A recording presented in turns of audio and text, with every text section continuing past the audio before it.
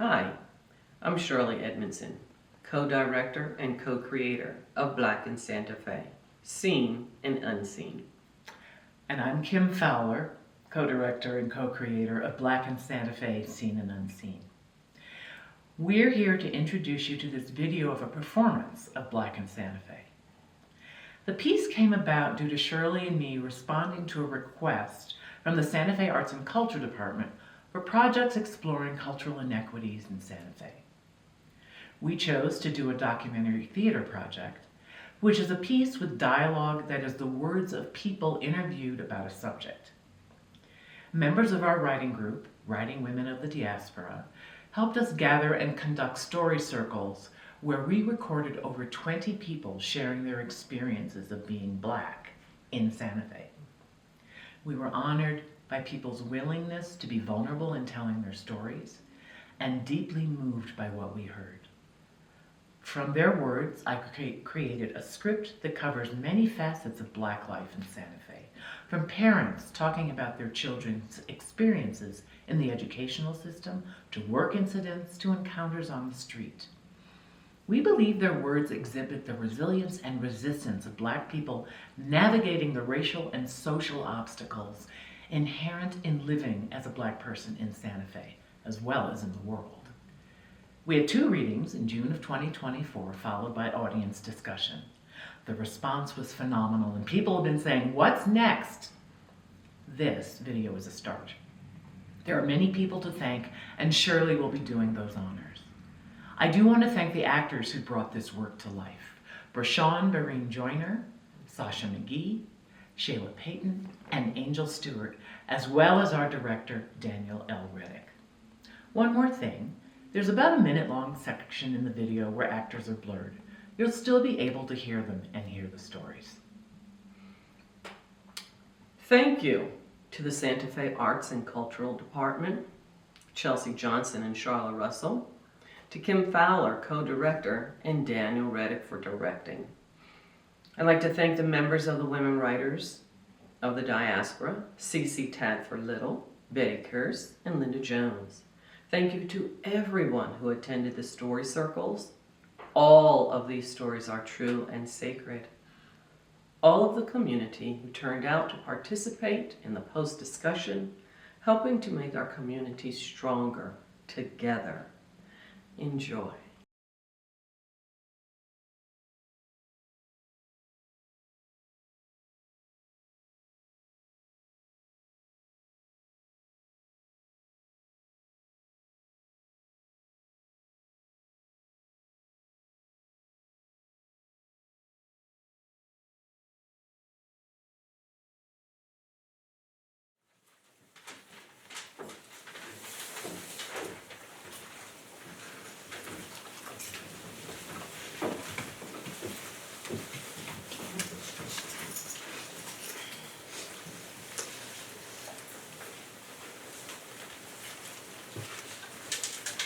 Well, it is great to see you all. Yes, it's about time. You know, we don't get together often enough. I'm so glad that you're all here. It helps to not feel alone and to be around some other Black folks, y'all. You know, the first thing I always want to hear about is the kids. How's everybody's kids doing? My son is great. He's a good kid. He's a good kid. And My daughter. You remember when she was in elementary school and there was all that unwanted hair touching? That was rough. Yes, it was rough. And she always felt like she had to ward off somebody coming up the hallway with their hands out ready to pat her beautiful, kinky hair. That was bad, but middle school is worse. It's the day-to-day struggle. She gets called, even by the kids, she calls her friends Blackie, Black Ass, Cotton Picker. That's the latest. And without her permission, someone put Nigerian Monkey as her name in a group text, and she couldn't even change it. kids can put anything out there these days on TikTok, Instagram, Snapchat, or whatever without thinking how they might be hurting someone, and it spreads so quickly. And she also gets asked by her white classmates for an N-word pass. Like it gives them permission to say the word if they ask her first if it's okay. You know what? That happened to my daughter. Kids asking her if they could use the N-word. I complained to the school, and you know what the teacher said?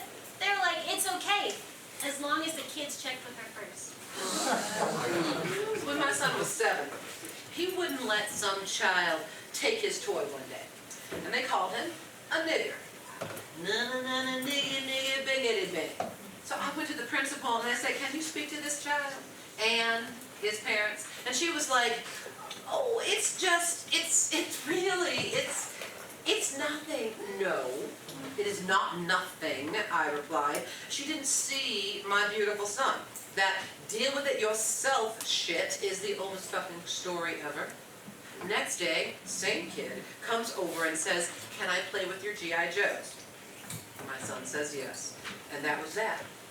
Now, but the hatred behind the word nigger, I do not assign to that child.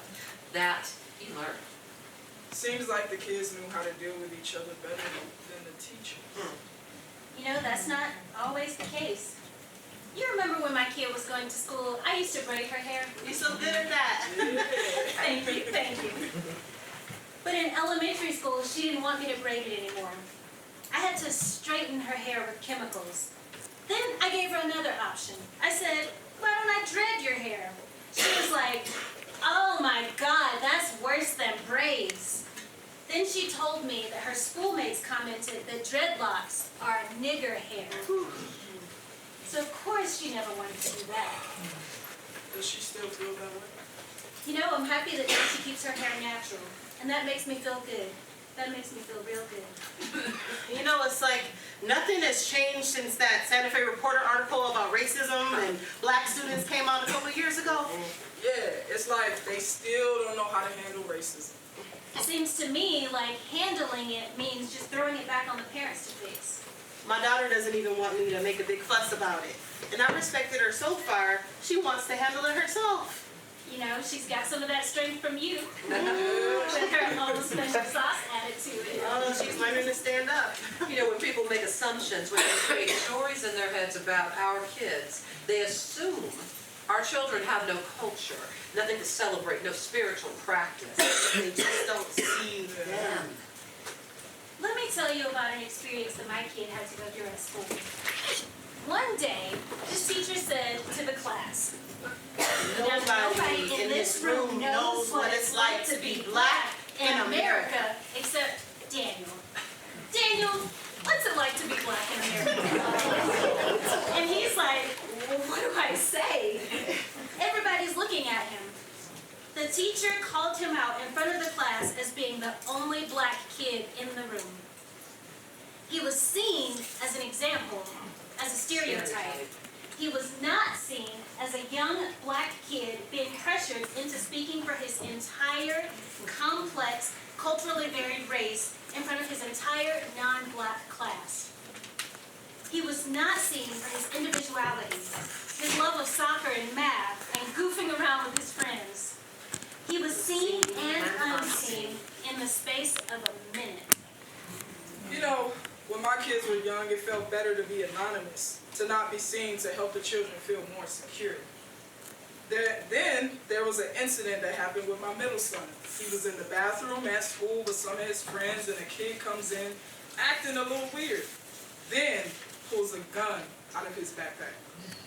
My child and his friends ease their way out of the bathroom and go back to class. They don't know what to do. They're like, do we tell? Do we keep it quiet? Is he going to know that we told? They decide they should tell. And they go to the principal's office and they tell. Soon, after all the parents get a call that the school is on a lockdown. So us parents, we're just waiting for hours. I didn't know how my son might be connected to whatever happened, but I kept hearing his name in my head. Then we're told they've taken all of our children to a correctional facility on Highway 14. Well, they took them to the correctional facility. Yes. And the principal, he's like, your son came forward and told us what happened. That's a good thing, right? Of course it was. But I've got a bad feeling about this. Well, what they didn't tell me is that he was interrogated for hours. What? That can't be legal. He was not read his rights? No, they cannot do that. He was told if he didn't want to speak, that they would give him a phone book and he could choose a lawyer. He was 13. And I imagined him for hours sitting with those officers, with these federal folks being interrogated. The authorities see our kids as statistics, as potential problems. And what are we teaching our young people? That they can make the right choice and they're still going to get caught? And that's when our kids are most seen, when they're disciplined. And those incidents are way out of proportion with the black student population. Like what happened to your son. That was way over the line. There is so little awareness and conversation about how racism operates in our schools. You know, my daughter told me she will never return to Santa Fe because of the way she was treated here. She'll come to visit me, yeah, but she will never come back to live here. My daughter is one of 6 black students in the whole school. And she's often told that she's not black enough. And that breaks my heart. When they had Black History Month, the assembly at the school, all 6 of them were asked to participate. And one teacher actually told my daughter, "This is your chance to show off your blackness." Oh no. And I just have to keep telling her, "You are perfect." And she desperately wants us to move away, and it makes me really sad because I love it here. So what are we going to do about our kids? You know, having black and other teachers of color is something we need so much more of. Our kids need to see themselves represented in the people who are educating them. Well, I have taught all over the state. I have to tell you that the macro and microaggressions are constant in the school system. The sadness is our state does have a Black Education Act, state laws on how to engage with and teach our black children, but they are not getting used. When it comes to the way non-black kids treat our children, it's got to come from home or somewhere outside of school, because those kids don't know enough about what they're saying to be able to talk that way. I don't know, it could be coming from their friends, from social media. True, but how can we engage with the parents so that they know about the hurtful behavior their kid is exhibiting? There is the anti-racism and anti-oppression hotline, but I don't know how much it's used or if folks even know about it. And when it comes to directly supporting our kids, there are options. I think it's New Mexico Film that has a student film contest that's done every year where kids can tell their stories. We run sister circles in schools for black girls and a summer camp. And these are places where we're seen by each other, we're supportive, and we're loved by each other. I mean, our community is still very strong. And as much as we complain about not having diversity, there are some of us that are connected. And that connection is strong. It is. And we see each other. And we need to keep talking about how we're seen by non-black people, seen as members of an underrepresented race and culture. Seen as non-residents because people think there are only 2 or 3 black folks in town. Some black people believe that too. All right, so here is my story about being seen and unseen. So I had three people from my job post me up because I spoke plainly to a white coworker about her microaggressions. One day, I was talking about how proud I am that my beautiful black daughter got her PhD in microbiology, when fewer than half of the black PhD candidates finished their programs due to being targeted by racism in different ways. And one woman says, "I don't understand why everyone needs to identify people and actions within a racial context. I don't see color." Your daughter undoubtedly had to go through the trials all graduate students do. She was rewarded for her hard work, but her hard work was 3 to 4 times harder than what her non-black students had to do. This is what I'm telling her, y'all, because There are far fewer resources and support services available to her, and she had to deal with the attitudes that she wasn't really PhD material, that she was a token. She graduated in the top 5% of her class, but what she had to go through to achieve that was deal with people like you, who claimed not to see color, and then would turn around and try to trip her up. I don't see color as a bullshit cover for the racist attitudes you hold. Child, she and her girlfriends turned on a dime to get me written up. So, I was seen as an ordinary enough person until I told my truth. And then I was seen as a troublemaker. I was not seen as a black mother. who was loving and protective and proud of her daughter. You know, I hear you, and that is all too familiar. You know, when I worked at the labs, I was in a pod with all white men whose main communication with me was through microaggressions. I might get upset about something at the lab, and they had to tell me quickly how lucky I was to have the job as an African American woman, and that I shouldn't jeopardize it by complaining. Well, I did complain to HR, and I was terminated that day for being uncooperative. So I was seen as someone who wasn't a team player. I was not seen as a woman with a higher degree, just like those men. I was not seen as someone who excelled in and loved her work. High tech was not in my wheelhouse. But what I did have was a very public persona as a Santa Fe DJ. It was impossible for me to be unseen. People on the street, in the store, they'd be like, I know you. They were comfortable with me as a black personality, but I never felt seen as a resident of the city. I felt viewed as what they call an example of black exceptionalism. You know, where blacks who don't fit the racist stereotype of, say, a broke, less educated black. They're seen as safe to be around, not challenging or threatening. Now, that doesn't necessarily mean anyone should move in next door. Exceptionalism is the word that I was looking for when I was talking with a white colleague who was telling me about having the Ethiopian track stars at her house. They're some of the East African runners who come here to train. They do? Yes, you know, something about the altitude and the dryness. So she's got these Ethiopian track stars at her house, and her daughters are fascinated by their skin, and they're saying that they had to touch it. And she's also fascinated with mine. So I say to her, wait, you want to put us on a pedestal because of our beautiful black skin? Yes. There's something unique about your black essence.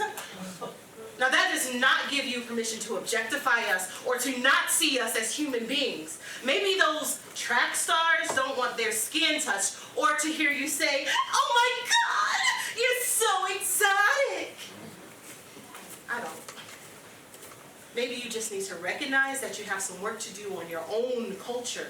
Maybe your daughters need to be exposed to other black people, so when you have the Ethiopian track stars at your house, they don't go touching their skin.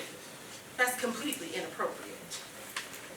Does that mean all of us unexceptional blacks are inherently seen as a threat? All right. So let me tell you, the other day, I took my car to the Nissan dealership for some service. It was a gorgeous day, and I decided to enjoy it, so I started waiting for my car outside. And this salesperson calls out to me, hello, hello, what are you here for? Do you need something? Now, I'm standing not far from a white man also choosing to wait outside, but she wasn't calling out to him. She was calling out to me, and not in a helpful way, but in a what are you doing here way. Like she was seeing me as some form of, yes, potential threat. I mean, I've been in this town for 8 months, and I have finally had enough. I'm going back to North Carolina. I'm so sad to hear that. You know, I wish we had met you earlier and had a chance to get to know you. For me, I feel seen as a black man in Santa Fe through how I dress. If I have on like a $200 Stetson hat, I get these wild compliments, like they don't expect a black man to dress like that. And when I dress down, I'm aware I don't want the stigma. I don't want to be seen as, who is this black man walking around my town? I do wonder why I'm seeking their validation. I just want to be myself, you know? I mean, it's not easy being yourself under that white gaze. My first time coming here, I was really excited. So I'm at the airport, ready to board the plane to Santa Fe. I'm on the phone to my fiance, and she's like, look around. Do you notice anything? So I look around, and I'm like, oh my God, babe, I'm the only black person at the gate. And she's like, yeah. On the plane, everybody was looking at me. And I didn't know where or what Santa Fe really was until then. It catches you by surprise, finding out how things really work here. You know, not long after I moved here, a friend of mine came to help me repaint my bathroom. She knows a lot more about paint, so I took her with me to the hardware store. We went to give the clerk the list of what we needed, and suddenly, this white man in his 60s, or maybe a little bit older, he walks up, and you would have thought Elvis had come into the building because everybody immediately went to him. We tried for 20 minutes to get someone to help us. One woman behind the counter was scraping paint from the machine, and another one, I don't know what she was doing, putting away paints or something. And we were just standing there. My friend is like, is this normal here? You know, when I realized that no one was the least bit interested in helping us, and most everybody was helping the white guy, I thought, okay, now, here it is, in my face. I see how things really work here. It could take a minute to feel what that's really like here. This ain't Chicago. But you know, I moved here just before the pandemic, but it still feels like I'm just kind of getting out into the world. Initially, I felt less othered and more welcome here than most places. But the more time I've spent here, the more othered I feel. I think that's partly this new Mexican identity tribe culture thing from which black people are excluded. It's almost like the scarcity of the desert creates a scarcity mindset about all kinds of things. Yeah, you tuned into the tricultural. The what? It's New Mexico being seen as an example for the country as a tricultural state where Hispanic, Anglo, Native communities live in relative harmony. But it leaves out all the others who have long histories here, like Asian Americans, Like us. You know, that myth is in the language of state documents and black state legislators, and some New Mexican youth are fighting to change it. Wow. Do people still say Anglo? I guess some do. I mean, you know, when I first got here, I was astounded to meet people whose families have been on these lands for 400 years. I didn't know that existed anymore. I've met older, like 100-year-old grandparents who were definitely a little weird with me. I mean, I don't know if that they'd be different around whites. It's just that the racism here is outside the narrative that I'm used to in other places I've lived. Yeah, black and white is not the main narrative here, like it is in other cities, due to history, due to numbers. So blacks are about 1.3% of the population in Santa Fe, which is roughly 1,100 people. Damn! Where is everybody?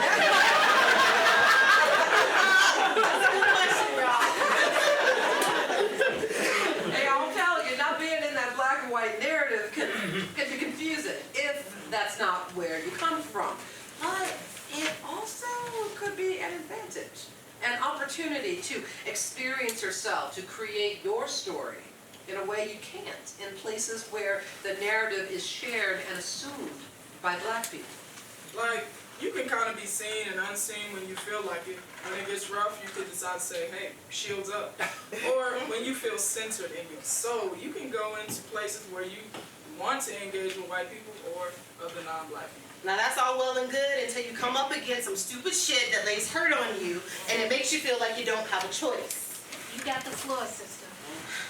Now, This happens to me at Trader Joe's, in the library, in the street. A white person will come up to me and say, "Oh, hi, Carol." I am not Carol. I am Adila. Or they'll say, "Hi, Cookie." And I have to say, I am not Cookie. I am Adila. Or they'll say, "Hi, Carolyn." And I'll have to say, I am not Carolyn. I am Adila. Carolyn is at least 4 inches taller than me, and Cookie's got 6 inches on me. And all of them have different facial features, their hair is different, and they do not dress like me. And then there's times where I respond, "I am not Adila," and they come back and say, oh, no, you're not. You're Cookie or Carolyn. As if I don't know who the fuck I am at this moment, or any given moment. It's so shocking and dismissive. And then Cookie told me that the same thing happens to her. And when she said that she's not a dealer, their response was, oh, yes you are. I mean, can you be any more dismissive than that? That dismissal will piss me off. Yeah. It sinks in and it stays in. And when it happens, I want to say, I am not the nicest little Negro girl you have ever seen. I am going to make you see me. But then I think, you're not worth what it takes to have you see me, rather than some Negro in your face who maybe you think is one of the good ones. It's rude. It's deliberate. It is dismissive behavior to not see someone and insist that you do. All you have to do is stop. Sit with the fact that you're wrong, and then maybe you'll be able to see not your preconception or misconception, but me. What we're saying is sometimes you gotta fight back. You know, I used to work at the hospital as a ward clerk, and one of my patients was an elderly Hispanic female. I go into her room and she turns completely away from me. She will not speak to me. Her daughter is there and I asked her, "Does your mother speak English?" And she says, "Oh yeah," but she won't talk to you. She won't talk to me. If you're not going to see me, I just might make you see me loudly. "Hi, how are you?" That's right. I had moved here from Baltimore to work at St. Vincent's. I had never been a minority before, and suddenly I rarely see a black face. If I saw a doctor, they would turn their heads, not connect. I'm like, what the hell? I was at a meeting once where someone said, "Well, you people do such and such." I said, no. Who is you people? The women in the group? The older people in the group? I need clarification on you people, because I'm the only black person in the room and I don't want to take that personally. Oh, I meant everybody. Then why not say everybody? He retracted his words real quick, but he was not seeing me. No one was. I agree that resistance is important, and knowing how we each individually resist is important. When I was in training at the beauty school, I always used their handicap parking. So one day I was putting my placard on my mirror and someone parked right behind me. They got out of their car and said, "You're not handicapped. You're from that monkey continent. Do you hear me, nigger?" All of y'all's different ways of causing good trouble. Of resisting not being seen, for refuting, not accepting the prejudiced perceptions that can be thrown at us in so many different contexts. Yes, indeed. That's right. Well, I told you I worked at the labs, and as you've heard, causing good trouble there can get you fired. You have to pick your battles, because just maneuvering the hallways and intermingling, it's like people see me, but they don't see me. If I'm like coming down a long hallway, white folks see me coming, and then they kind of veer away from me and don't make eye contact. They see my badge, so they know that I have some level of authority, and it's still not enough for them to see me. I feel honored to be in New Mexico, but I still don't feel comfortable. Well, you know, none of us are really from here. Well, I wasn't born here, but I've lived here since I was a young child. Oh, sorry, I didn't mean any disrespect, but what I mean to say is I do good work here. But there are days when I have imposter syndrome because I'm not from here. And the culture here is that if you're not from here, you are not really, you know, laying your mark here. Okay, y'all. I gotta say my experience in Santa Fe has been very different. It's been pleasant because I'm chilling out. You know, I spent time in the South, Birmingham, Atlanta, lived in Detroit for a while. So I'm on the other end of the black spectrum and I'm like, okay, this is a little softer vibe. And I become a softer person at 53 years old. I don't really care about being seen or unseen. If I want to be seen, I decide I want to be seen. If I don't want to be seen, I could just fade into the background. This is one of the brownest places in America, so you can kind of maneuver a little bit better here, you know? Yeah, you know, I know what you mean, because I've been maneuvering all my life. But now I have a 17-year-old, and I think about how his life is so different from mine when I was 17. This seen and unseen paradigm kind of shifts as you age, and you sort of see that, not necessarily that the world has become more lenient, but I think we've made some strides. So I want to speak about the times when we're asked to be interpreters for our culture, kind of like being white people's fact checkers. Please, say more. So I am a writer, and I joined a few different writing groups, and I was generally the only non-white person attending. So I was quickly identified as the source for writing African American dialect. Folks would hand me their papers to correct and not even offer me a cup of coffee in return. It was like, you're black, do this. So I told the first person that she needed to be an expert linguist if she was going to take on the voice of a 12-year-old slave girl who in the space of 3 pages was burnt, beaten, drowned, and raped. Another person handed me his paper saying, will you please make sure this dialogue is correct? My maid, when I was growing up in Maryland, her name was Rose. You know, I just want to make sure, and I thought, okay, what is happening here? And I started to feel angry in remembering all the women of color in D.C. who went to work in white people's homes. I told him, you know what, here's your paper. Take it back. Do your own research. And I have not returned to those writing groups since.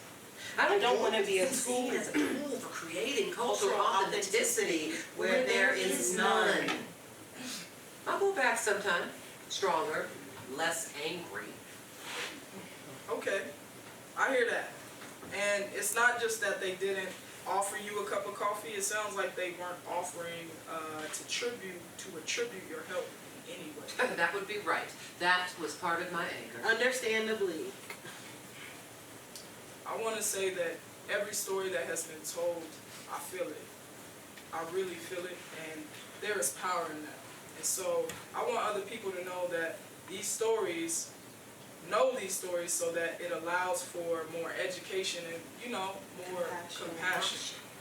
So you think twice about what you're going to say or not say to a black person from this experience.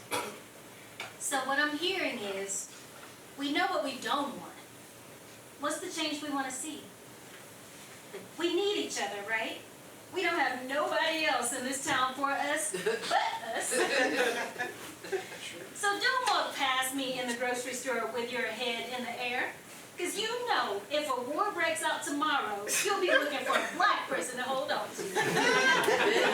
And from our need for each other, what's the common cause that we come together for, where we feel like our little itty witsy teeny black tribe really knows and sees each other? We need a repository of black connectedness. A watering hole just for us to say, this is where you can come to find other black people. You know, I'd like to see something with broad impact. Something that can be replicated or has individual parts that can be brought into various sectors of the community. Maybe those individual parts could be social or business activities and strategies. I have needs for my business and maybe other folks have needs for theirs. Now, the arts need to be involved in some kind of way. I mean, they help to interpret what's going on in so many different formats that make their message accessible. And we need more than one black barber in town. And oh my God, you go down there at noon and you don't get out till Till 5. So black people like to be family, right? So we can start with building this family here. We could offer more story circles that are black spaces with different questions. You know, there is not a black-owned church in this town. So we could create our own church centered around storytelling and healing, around pain, and just having our own sovereignty. Yeah. So even though many of us come here to not be seen, whatever that means, some of us also have a strong need to be seen by each other. We're starting to generate some great ideas here. All we need is more of us to build them up and out.